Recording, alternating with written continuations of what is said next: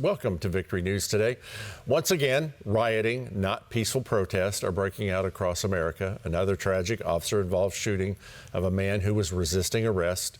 Meanwhile, the Biden-Harris administration continues to ignore the crisis-turned-disaster at the United States-Mexico border, with thousands of illegal crossings leading to increasing in crime, human trafficking, and suffering.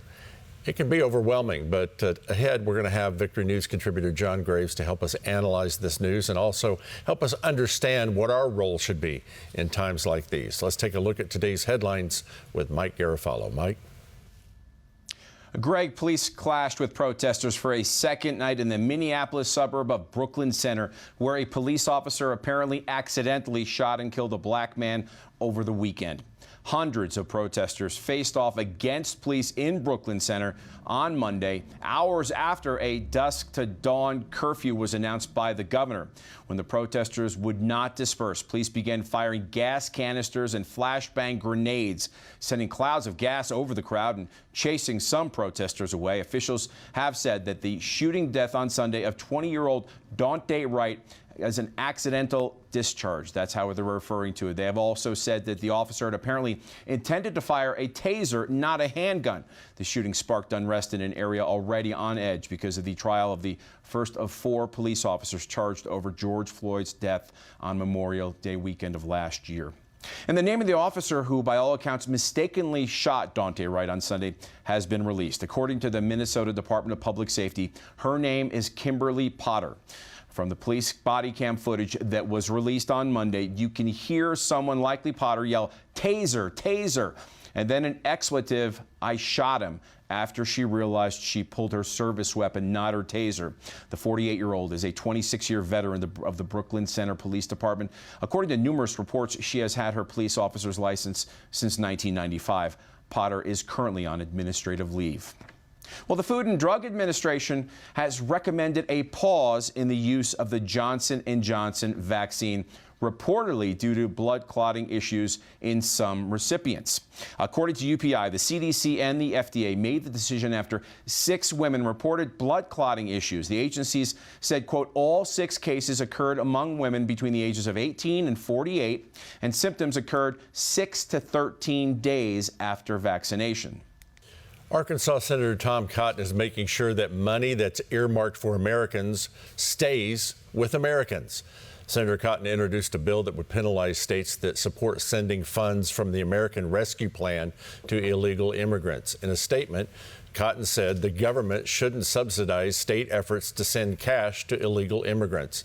The bill would require states to certify that they are not offering federal funds to anyone that has entered the country illegally. I want to bring in attorney and Victory News contributor John Graves now. John, let's go back to this tragic shooting in Minnesota.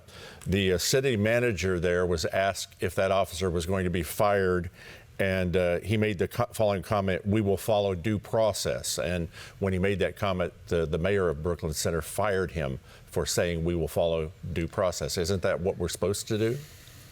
It's exactly what we're supposed to do. And you see the attack, the real attack here is one of the last things standing, which is the rule of law in the Constitution that requires us to go through due process before we just accuse someone, try them, and they're guilty before they go through due process. All it means is give them a fair right to hear and get all of the facts and the evidence, and don't make a snap judgment. But in the culture that we live, due process and the Constitution are under attack. The last institutions the political left hasn't overtaken is the family, the church, Christian business owners, and the rule of law and the Constitution. That's where Christians need to look at this and wake up and say we need to be engaged in this process to make sure that that's followed, regardless of how terrible something is like this. Right. Everybody gets their day in court. It's part of why we became America in the first place. Let's go down to the border now. For the Mexican government to deploy troops on their southern border, Guatemala, to do the same thing, it's almost like a mission that, yeah, there is a problem, but they're taking steps where we're not. John? That's right. You know, it's crazy. We could build a wall and we could stop them. We could send troops, but it's a really, really long border, and it's stopping Mexico and the entire Central America. If you look at it on a map, at the tiniest part of Mexico, if you just stop the flow at Guatemala, you could stop all of Central America and just deal with Mexico. But you're exactly right. We pausing of the Johnson & Johnson vaccine. I think it's important that we make two things abundantly clear that we've done in this broadcast many, many times. If you want to take the vaccine, take the vaccine. If you don't. We're not going to tell you what to do or what not to do. But I think the point needs to be made here, John, that the reality is these vaccines are still very experimental, aren't they?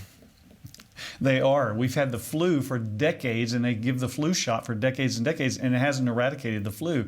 Within a matter of a few months, they've now got these. And Johnson & Johnson, as you've said before, literally is made from aborted human fetuses. If you're going to do a vaccine, you might want to think through that one, pray through that. Again, it's not a right or wrong. Christians can disagree on these issues, but the problem is the consequences of this. And now, I don't know if you've even seen it, but there's a new study released where people who've had the vaccine are getting the new strain at a higher percentage than people who have not. And so there's all kinds of risk, and there's a fear issue here, and there's a faith issue here. On full disclosure there, that's six people have come down with clotting issues with the Johnson & Johnson vaccine. All right, pitch it back to you, Mike Garofalo. Mike.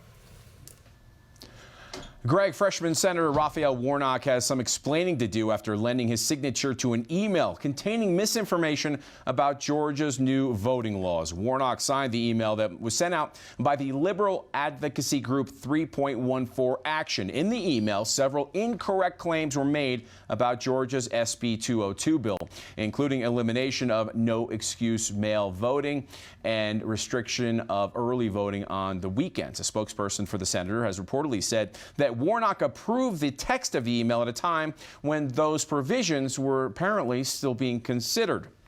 Well, in respect to big business working together, Missouri Senator Josh Hawley shared a tweet from CBS News' Ed O'Keefe over the weekend, who revealed that a Zoom call was held on Saturday by more than 100 leaders of the most powerful corporations in America to reportedly discuss how to combat future election integrity laws like the one in Georgia.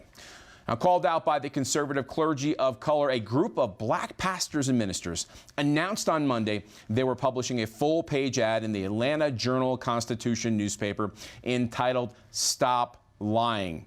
The group says the ad is being used to call out the lies being told about the Georgia Election Integrity Act of 2021 by both Joe Biden, the president, and former gubernatorial candidate Democrat Stacey Abrams. The ad points to messaging about the new law by both Biden and Abrams as the reason Major League Baseball pulled the All-Star game from Atlanta. The game was expected to bring $100 million or so to the local economy, much of that going to, of course, minority-owned businesses. Now, the ad reads in part, "Lie. The new law restricts early voting. Truth. The law expands early voting hours and additional weekend voting opportunities, including Sundays. Lie. Voter ID requirements are racially discriminatory. Truth. IDs are necessary for numerous everyday activities, and the law even lets voters use documents like utility bills instead of state-issued IDs." All right, Mike, you mentioned Senator Josh Hawley there in that series of news. He's got his sights set on Big Tech on Monday with his latest legislative initiative.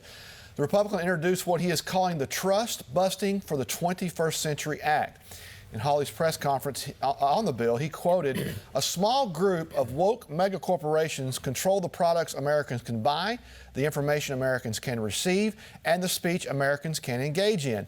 These monopoly powers control our speech, our economy, our country, and their control has only grown because Washington has aided and abetted their quest for endless power." The bill would place bans on mergers and acquisitions by companies with a market cap over $100 billion, among other things. Well, former President Donald Trump came out over the weekend and said he is confident Republicans will win back both houses in 2022 and the White House in 24. Former President Trump made the predictions at a gathering in Florida of Republican donors. In an interview he had with Newsmax, Trump aide Jason Miller said the former president will not be shy, we've never known him to be, about going after Joe Biden on his seemingly failing policies at the border along with corporate cancel culture. John Graves, I'm going to bring you back in on this concerning corporate cancel culture. That's a thing that we're seeing over and over with that Zoom conference call. I realized, heard this weekend that one of the movies, Will Smith's taking a movie that was going to be shot in Georgia, out of Georgia, and did a little research, and I found out that the largest soundstage for producing movies in Georgia is owned by Tyler Perry, who happens to be a black man. So if we're not going to shoot movies anymore, we're actually going to hurt Tyler Perry in Georgia. John? Yeah, it's irrational. It really is. And I really think this is one of the big stories because big tech is now intervening literally in elections. It's literally influencing elections, and I think in an unconstitutional way. But if we don't stand up and push back against that, then what's going to happen is they're going to control everything. And that's usually what happens in a Marxist socialist country is they take over just the few. So I love what Hawley's doing here. He's going to try to bust up these trusts, and I'll make a prediction. President Trump said there's going to be a victory in 22 and 24.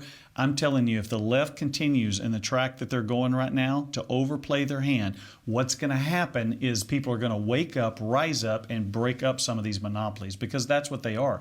When they can deplatform the President of the United States, they can shut down anybody who disagrees with them. And I want to say one more thing, Greg.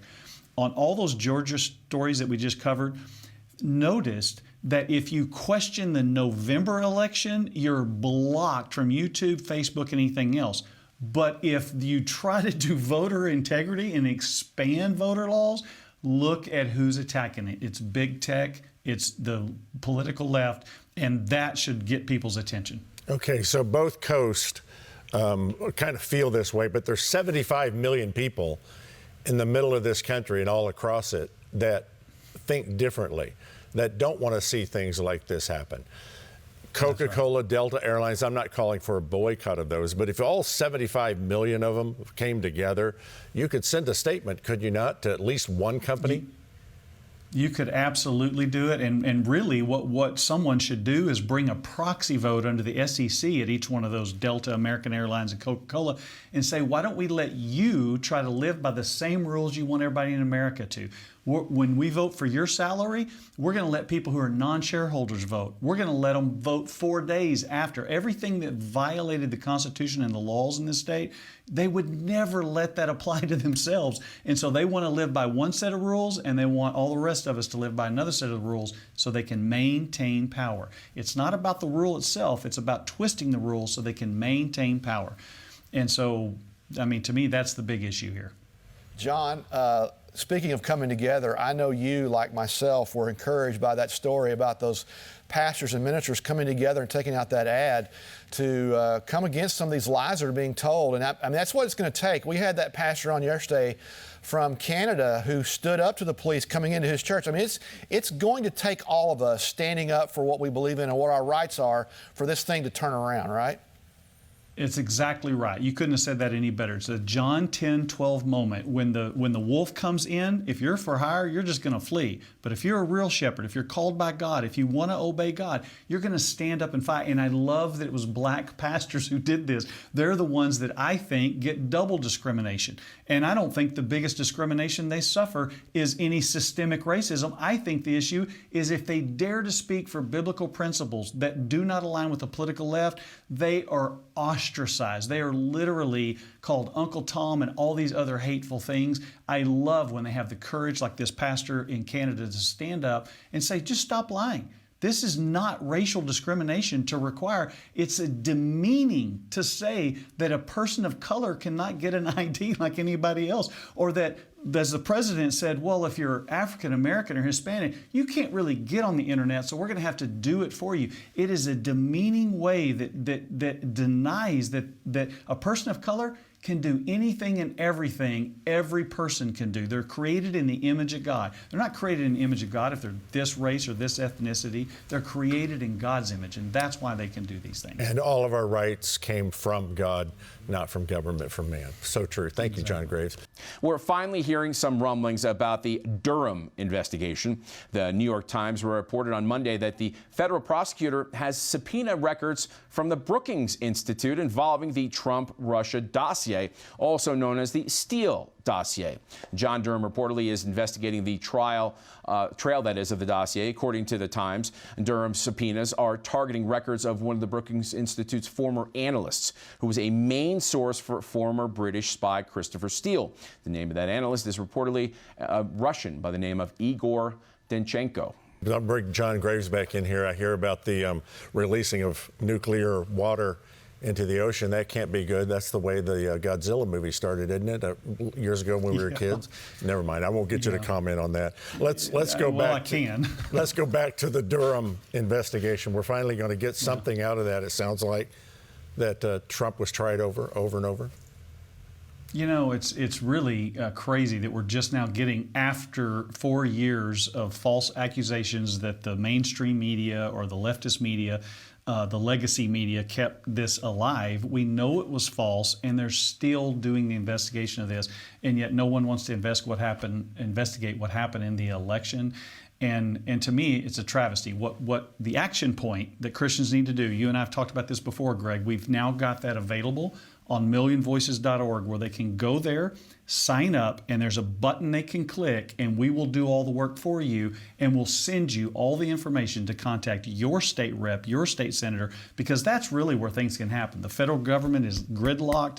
The states are the ones that are now rising up, and it's the populist uprising of the Christians, the awakening of the Christians that can move those states, that can push back against the federal government. So that tool is now available. Okay, I want you to go over that again because you went through that pretty quickly. I want people to make sure that they get the information. Go ahead. Yeah, you just go to millionvoices.org, and when you sign up, we usually are praying, so we'll pause to pray. Matter of fact, after this program, we do that daily. But we now have a button, and all you have to do is click on that button, and once you put your voter address in, we'll send you the information and tell you all the contact information of your state rep, your state senator, and we're building other tools so that you can, in a winsome way, in a godly way, in a Christ-like way, be salt and light to influence the people closest to you, because that's who they listen to, especially if you're a Christian business owner or pastor, or you can send it to somebody like that. That form is now available. It's free. We're giving that service to people because we're trying to wake up the church, Greg. That's a great thing. Thank you for doing that. That's a good tool. I encourage you to take advantage of what's just been offered to you. Let's go back to Mike Garofalo. Mike. Greg, we've got some breaking news that's going on right now. It's happening at the Capitol Rotunda. It was planned. It was expected, obviously. They're honoring fallen police officer William Billy Evans. As you recall, he was killed on April 2nd when a driver tried to get onto the Capitol grounds and crashed into him and another officer. And that was over on the north side of the Capitol building by the Russell Senate office building. So once again, Billy Evans is lying in the rotunda, the body of a Capitol Hill police officer killed on April 2nd, and he's going to be there today as people come by and honor his service to our country. So once again, we remember that day so quickly because we covered that as it happened. A horrific situation. Billy Evans, I believe he's a father of two. From what I read about him, he's just an incredibly positive Capitol police officer with a great sense of humor. And clearly will be missed. Greg, I'm going to send back to you. Thank you so much. And contrast that to what's happening in Minnesota when a police officer accidentally took the life of someone, and we don't minimize that. There were police officers who lost their lives in Georgia over the weekend, and I want to bring John Graves back in here. It's a very dangerous job that things happen rapidly, and they have to make life and death decisions in a moment in time. Your thoughts? Yeah. To me, you're exactly right, and it's why we need due process, because apparently from the stories in the video, the body cam that we've seen, she thought she had her taser, and so she's screaming out, taser, taser, taser, and then an expletive, and like she's stunned that she did. I mean, it's real time. These people are they don't know what's going on. The tension is very heightened. But notice that discrimination is wrong regardless of what it is. And Mike just reported when it's black hate on white killing because it was a Farrakhan supporter, nobody wants to talk about that. They only want to talk about it in one direction. It's all evil, Greg. My grandfather trained my mother and our whole family. There's two kinds of people. There's good people and evil people. Some are black, some are brown, some are white. You need to discern who they really are and do not make it a judgment by the color of somebody's skin. Well, that's so true, John. And it always reminds me, as we talk about the news on this program every day, sometimes it's not good. Sometimes it can be a little bit depressing, so to speak. But I always reminded of Deuteronomy 31:6 says, "Be strong and of good courage. Do not be afraid, for the Lord your God, He is the one that goes with you." That's something that we should take with us every single day, John. It is, and I love the scripture. It says, don't be surprised by the fiery trials that are to try you. Jesus says, in this world you will have persecution. It's when we don't think that there should be evil. We live in a world at war. We were born. The garden happened, and the war was already going in the heavenly realms between God and His angels and Satan who fell. And so people, when they realize that, we know who wins, but we have a role to play to influence to bring God's kingdom down here on the earth. And when it looks negative, I'm always looking for, God, what are you up to? What are you doing? When things look dark, joy will come in the morning. He promises it. We just have to discern Him, listen to Him, and follow Him. Yeah, and there's more with us than are with them, and you got to remember that. Yes. And thank you for what you're doing with your organization, Million Voices, in getting us unified and getting us together. I want to thank you, John Graves, for being with us today. Always appreciate it when you're with us.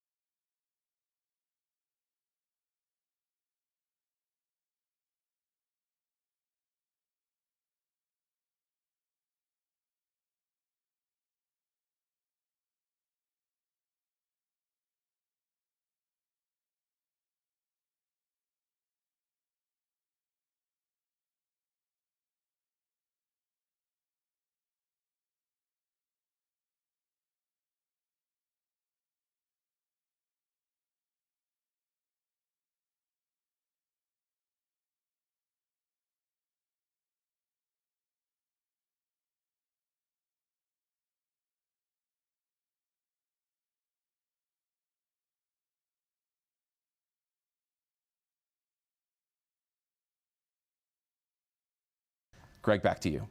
That doesn't surprise me.